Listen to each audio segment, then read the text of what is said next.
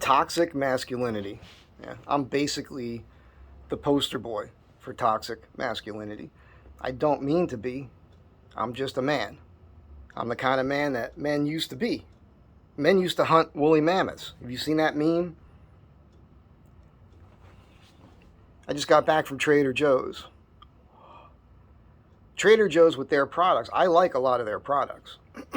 But if you read the ingredients, there's a lot of soy. And soy is literally turning you into women. If you're a man, soy is turning you into a woman. It raises estrogen levels in men, makes you soft. The bitch tits, the whole deal. Affects your performance, all of it. It's not good. But that's the plan, you know. That's how it is. And when you go in there, at least the one I go to in Los Angeles, there's two of them here. There's one over there on La Brea and 3rd. There's one up here in Hollywood, which I can't. That one is better, but that's full of a lot of hipsters, you know.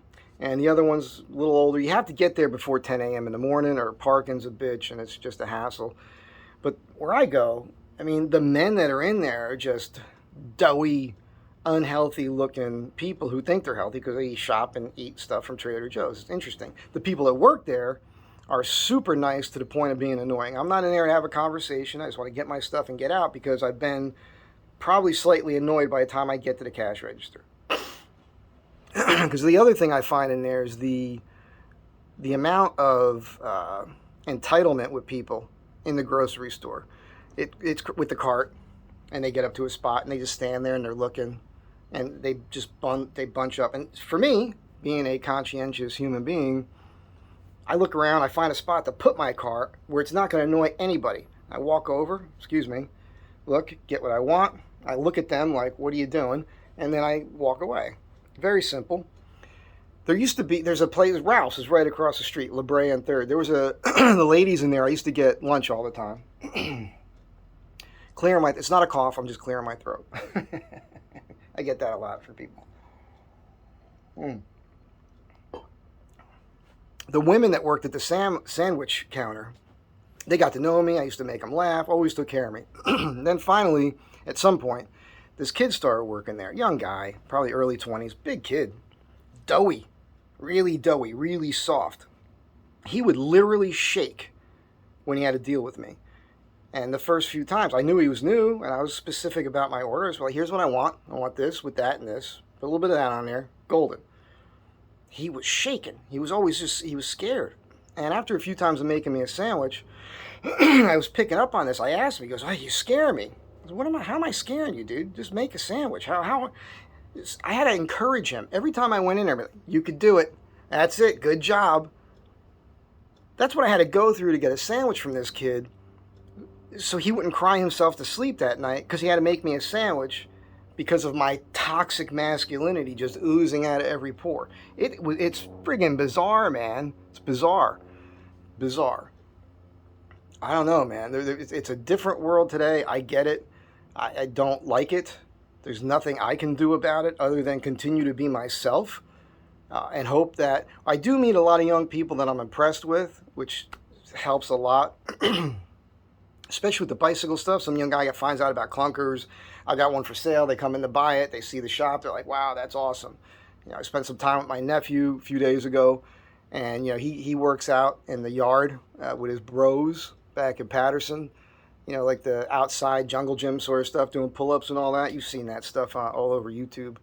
And and I like him. He's a good kid, but he talks the talk, but he cannot walk the walk. A lot of these young guys are like that. I gotta set him straight, And I just did that with physical feats in front of him at 55 years old.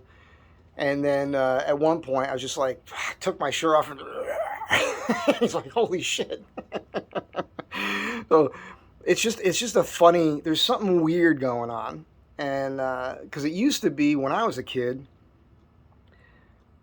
every male adult kind of felt like, and it was kind of right. They had to take a role in helping you to become a man. And when I was coming up, the only dudes I knew were men. And when I say men, whatever. My interpretation of what a man is different than what people think it is today. Just because you have a kid doesn't make you a man, you know. But I grew up with a lot of vets, a lot of hardcore dudes, blue collar dudes, lived a life, and yes, most of them all went to war, and so I don't know, you know, but it's crazy. It's just I'm really concerned because I did it. Oh, it's on the phone. I can't show you. Just for fun, I've got a Tinder thing. I don't meet anybody off Tinder. I've met a few gals off there, and we're actually friends. It's at my age, in my age bracket, it's not the one night, hey, let's go and get it on like what the young people are doing. But I go on there for entertainment.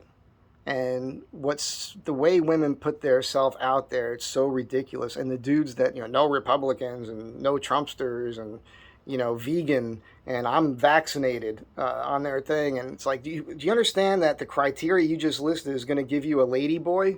It's a lady man. It's not really a man. It's freaking practically, it's just a girl with a dick. That's what it boils down to. And that's what they think that they want. And they're going to be able to walk all over that dude. I don't know. Maybe I just see the world differently. Maybe I'm archaic. Maybe I'm a caveman. Thank God. That's all I got to say, because I'm happy with who I am. And I just look at all these people coming up now, these just doughy, soft people that if something crazy happened, if the power went out, for a period of a few weeks, couple months, these people are not surviving. Mainly not surviving because the people like me are going to be the ones thriving. And when we're thriving, those people are in trouble. That's all I got to say. It's a very strange thing that I'm seeing right now. Anyhow, I still work. I'm always nice to everybody when I'm out in public. It's very strange to me. I do favors, I return cards for people, I hold doors for people, I smile. I have to smile at people when they look at me because they're seeing a shell that they feel intimidated by, and I could tell by the expression on their face. So I always give them a big smile, say hi, and that disarms the whole thing a little bit. And I'm like, oh, okay, he's a nice guy.